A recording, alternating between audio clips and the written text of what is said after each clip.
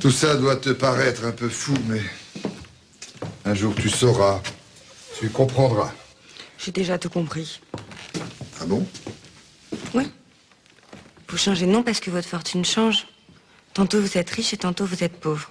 Ce qui s'explique aisément par les fluctuations de la bourse. La bourse? Oui. Là où vous placez votre petit capital qui constitue vos rentes. Mais tu sais que c'est très bien imaginé, tout ça. Il faut bien que je trouve un sens à toutes ces fuites. Toutes ces transformations et puis tout ce que vous êtes que je ne comprends pas toujours. Et qui vous fait du mal. Mais ça m'est égal parce que je vous aime.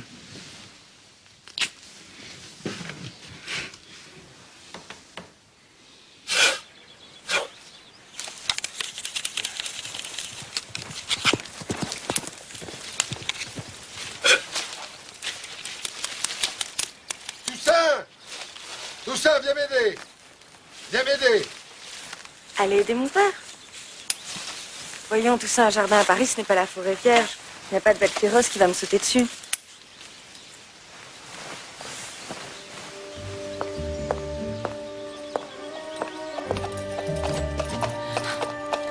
Mademoiselle! Hé, mademoiselle! Venez voir! Venez, ma belle! N'ayez pas peur. Oui, venez voir. Tu te rappelles pas de moi?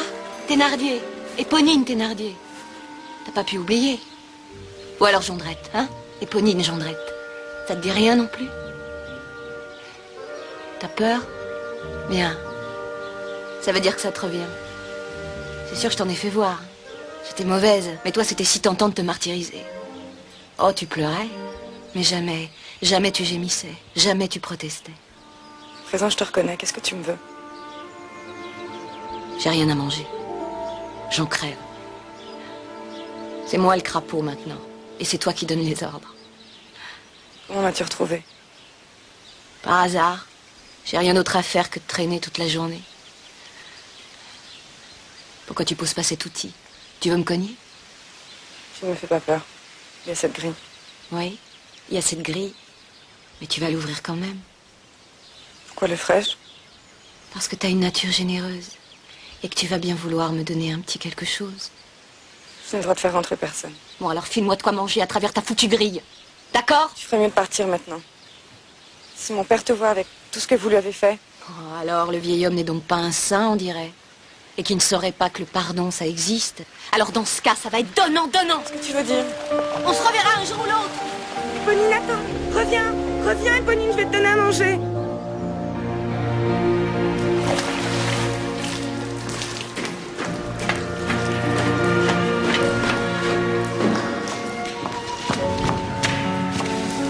On était pressé de te voir, Pauline. Ça y est, on a le plan. Ah, c'est pour quand cette nuit? Non, il faut d'abord qu'ils réussissent à se faire transférer dans l'une des cellules de l'aile nord. Ce sont les seuls qui ont un vieux conduit de cheminée derrière le mur. Les camarades n'auront que quelques briques à enlever pour grimper dans le conduit et déboucher sur le toit de la prison. De là, il leur suffira de descendre dans la cour, et après, il faudra juste qu'ils escaladent les grilles. T'as pensé aux gardes? Il faudra attendre une nuit de temps pourri. Quand il y a une grosse averse, les gardes se réfugient ici. C'est une espèce de guérite. Avec vue sur la cour, c'est vrai, mais à travers des carreaux qui dégoulinent de pluie, on n'y voit rien. Le seul problème, c'est ton père. Pourquoi ça? Bah, ils disent que c'est lui le chef, alors ils l'ont séparé des autres, mais en secret et enchaîné. Ça risque de coûter cher. Fais leur savoir qu'on paiera. Avec quoi? Je viens de repérer une bonne affaire. Il s'agit d'un gros coup. C'est un manoir, avec tout ce qui s'ensuit.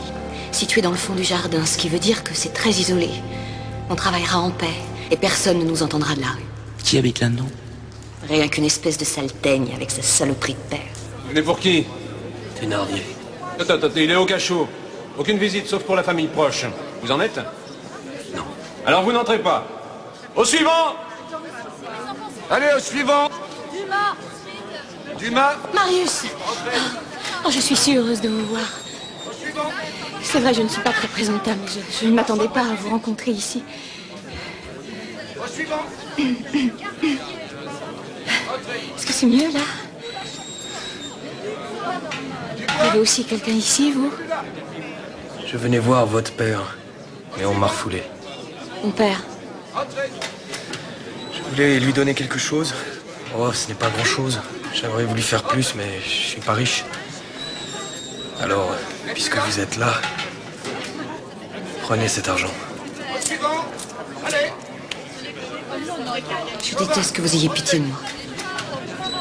Je suppose que c'est la seule chose que je pourrais jamais vous inspirer. Alors. Merci. J'avais cette lettre pour votre père aussi. Vous voulez bien la lui donner? Ça raconte quoi? Il comprendra. Lui seul peut comprendre. Au suivant. Martin, entrez. Baron, faites visite. Il faut que je voie mon père. Laissez-moi passer. Son nom? Thénardier.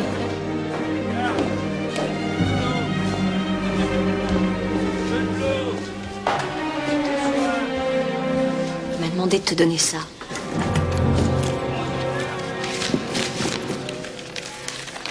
Alors, qu'est-ce qu'il te dit? Pardon. Pardon? T'es sûr? Bah oui. Il y a marqué pardon, signé Pontmercy, puis c'est tout. Mais ça veut rien dire. Mais si Pontmercy, c'est comme ça que s'appelait l'officier que j'ai ramassé à Waterloo. Marius est son fils. Alors il s'en veut d'avoir fait jeter en prison l'homme qui a sauvé la vie de son père, c'est ça? Sauvé. Disons qu'il a eu de la chance. Hein. Je croyais mort, moi, ce Pontmercy. C'est pour lui faire les poches que je l'ai tiré du fossé. J'ai à peine eu le temps de lui piquer sa montre, qu'il a ouvert les yeux et qu'il s'est mis à gémir. Et alors, t'as eu des remords? Des remords? Non, j'ai eu peur, oui. Non, des trousseurs de cadavres, on les fusille. Alors je lui ai fait croire que je l'avais sorti du charnier pour le sauver. Et lui, l'imbécile, il me regardait comme si j'étais le bon Dieu.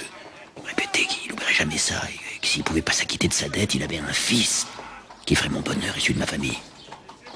Je connais la façon dont il pourrait faire le mien. Mais tu auras tout ce que tu voudras. Mais j'en peux plus, Ponine, moi. Il faut que tu me fasses sortir de là, puis j'irai lui rappeler sa dette.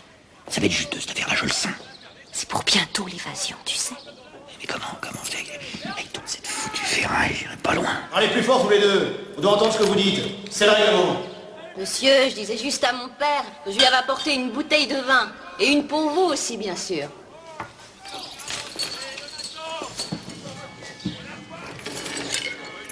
C'est une lime.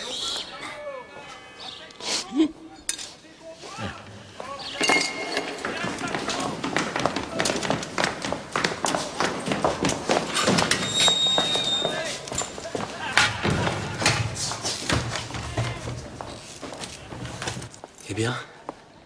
Heureusement que vous ne l'avez pas vu. Il vous aurait fait de la peine. Il est d'une telle maigreur, il est si triste. Je ne l'abandonnerai pas. Faites-lui savoir qu'il pourra toujours compter sur moi. Mais... ma lettre? Oui, je lui ai remise. Et alors, il l'a lu, il a compris? Oui. Ça l'a bouleversé que vous lui demandiez pardon. Lui qui est rejeté et méprisé par tant de gens. Vous êtes son seul ami. Pas son ami. Son débiteur. Je ne pourrai jamais être l'ami d'un bandit qui menaçait de martyriser la femme que j'aime. La femme que vous aimez? Vous la connaissez? C'est Cosette. Vous osez dire une femme? Cosette? Ça veut dire petite chose. Une toute petite chose, insignifiante. Je sais pas qui lui a trouvé son nom, mais il lui va comme un gant. Une si petite chose que je l'ai perdue. Je sais où elle est. Mais tout se paie dans la vie. Aidez-moi à la retrouver. Je vous donnerai ce que vous voulez. Je ne suis pas riche, je vous l'ai dit, mais j'aurai l'argent. Ce que je veux, c'est pas de l'argent. Quoi alors? Vous. Ne craignez rien. Jamais je n'exigerai une demande en mariage. Je me contenterai d'une nuit. Ce que vous me demandez là, Éponine, c'est... C'est un échange. C'est rien d'autre. J'ai quelque chose à vous vendre, alors j'impose mon prix.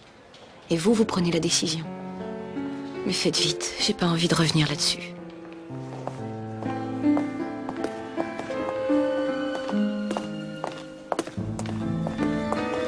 C'est là. Moi, j'ai respecté mon contrat. Mais vous ne remplirez pas le vôtre. Je tiendrai parole, Éponine. Je reste un homme d'honneur. Même si ce que vous attendez de moi me semble aussi déshonorant pour vous que pour moi. Vous ne comprenez rien. Je renonce à ma récompense, pas de cette façon. Mais pourquoi? Parce que ce serait une punition pour vous. Votre bouche sur la mienne, vos bras autour de moi. Ce serait une punition pour vous. Je n'ai pas envie de vous punir, Marius. Je vous aime.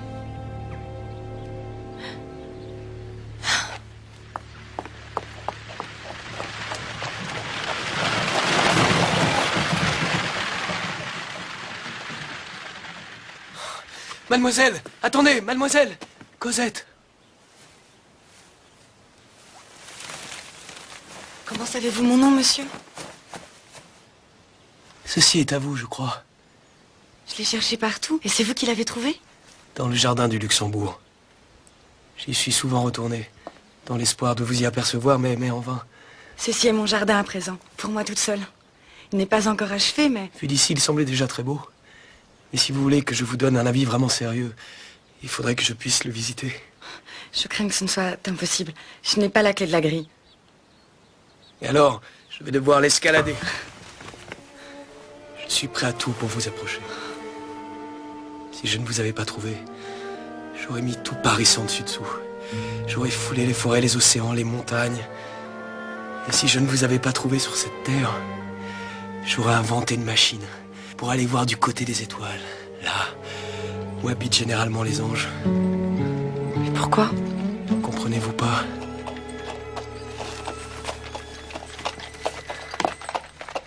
Je vous aime. Vous ne savez pas qui je suis. Cosette, qu'est-ce que tu fais? J'arrive, père, me voici. Je dois rentrer à présent. Je garde ceci en otage. Je vous le rendrai la prochaine fois que nous nous verrons. Ce sera quand la prochaine fois? Décidez vous-même. Demain.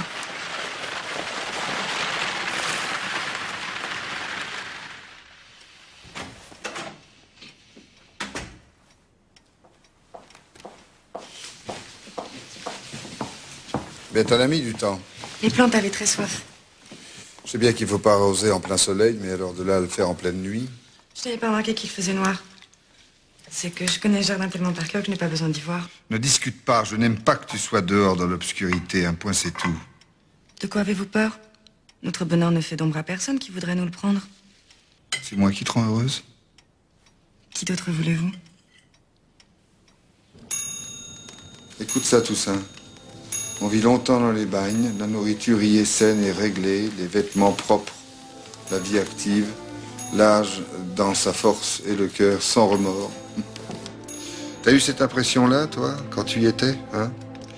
C'est pas avec de pareils mensonges qu'on réformera les choses. Mais quand quelqu'un va-t-il enfin se lever et crier que le bagne, c'est la honte de notre pays? Vous êtes parlé avec quelqu'un la veille? Avec qui? Un mendiant. Sûrement un mendiant.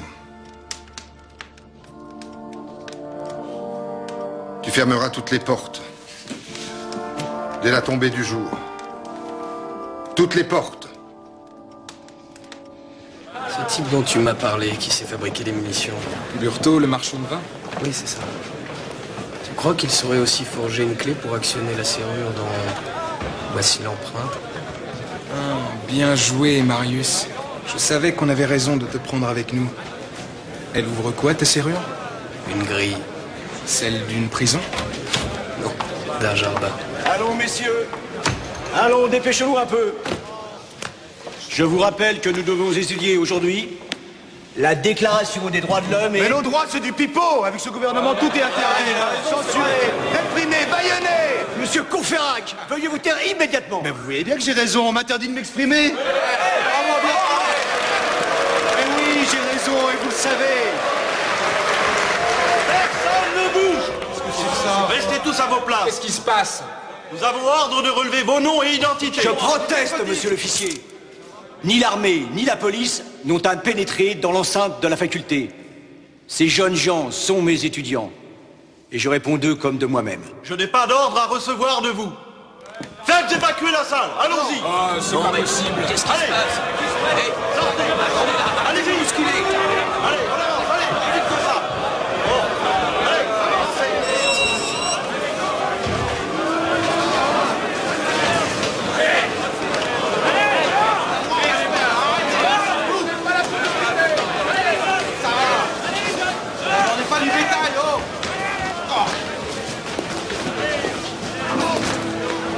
l'esclavage, avance! C'est pas comme ça. Monsieur Pontmercy, je croyais vous avoir mis en garde contre la fréquentation de ces jeunes exaltés du café Musin. Je ne me mêle plus de leurs affaires. J'ai assez des miennes. Ça, mon cher, c'est à moi d'en juger. Le roi n'a pas encore interdit l'amour, que je sache. Mieux, il l'encourage. Les guerres napoléoniennes ont dépeuplé la pauvre France. Tout bon citoyen devrait désormais considérer comme un devoir national de se marier pour donner des fils à la patrie. S'il s'agit d'amour, je n'ai en effet plus rien à dire, sinon à vous souhaiter beaucoup de bonheur, baron, et surtout beaucoup d'enfants. Pour le bonheur, j'en suis sûr. Pour les enfants, c'est Cosette qui décidera. Quel nom, dites-vous? Cosette. Ce n'est pas banal, avouez, de s'appeler Cosette. Non, ce n'est pas banal. On se demande même par quel hasard extraordinaire vous avez rencontré une Cosette. En fait, où l'avez-vous rencontrée? Question d'ordre privé, monsieur Javert. C'est vrai. Ne m'en veuillez pas. L'habitude, vous savez. Alors, puis-je me retirer?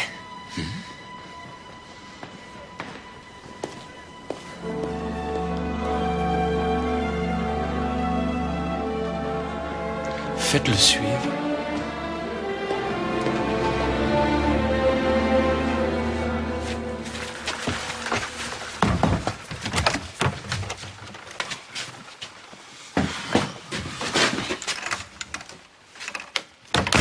Littéralement écumé la rue de Babylone.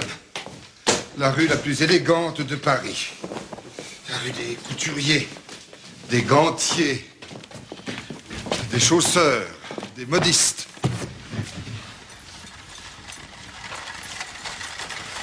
Alors, qu'en pensez-vous? On croirait... On croirait quoi? Oui, on croirait une femme. Parce que vous êtes drôle. Vous pensiez que j'étais quoi? Je ne pensais pas. Quand on est bien, on ne pense pas.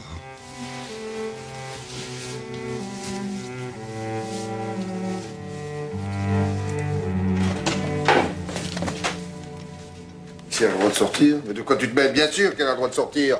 Elle n'est pas comme nous, elle n'a pas mérité d'être enfermée. Allez, là!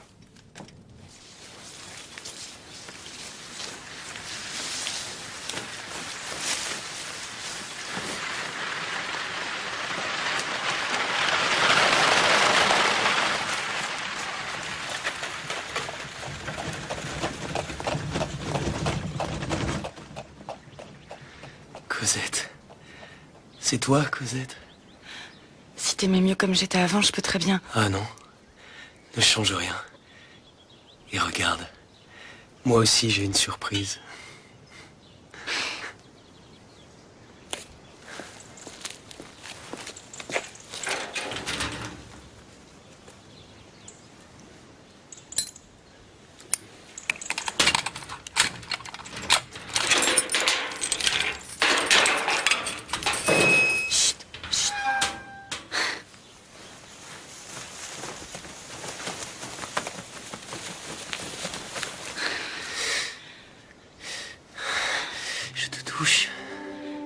Je te touche enfin.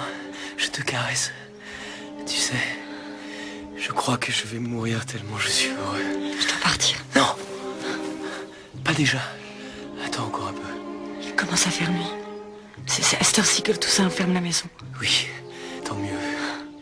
Est-ce qu'il verrouille partout? Et que tu ne puisses plus rentrer? Que tu sois obligé de passer la nuit dans ce jardin? Avec moi. Cosette, rentre à présent. Ton père, encore et toujours. Oui, mon père. Mais tu sais, c'est lui qui m'a faite comme je suis. Belle. Mais pour lui, pas pour moi. Il t'aimera, Marius. Il t'aimera comme un fils.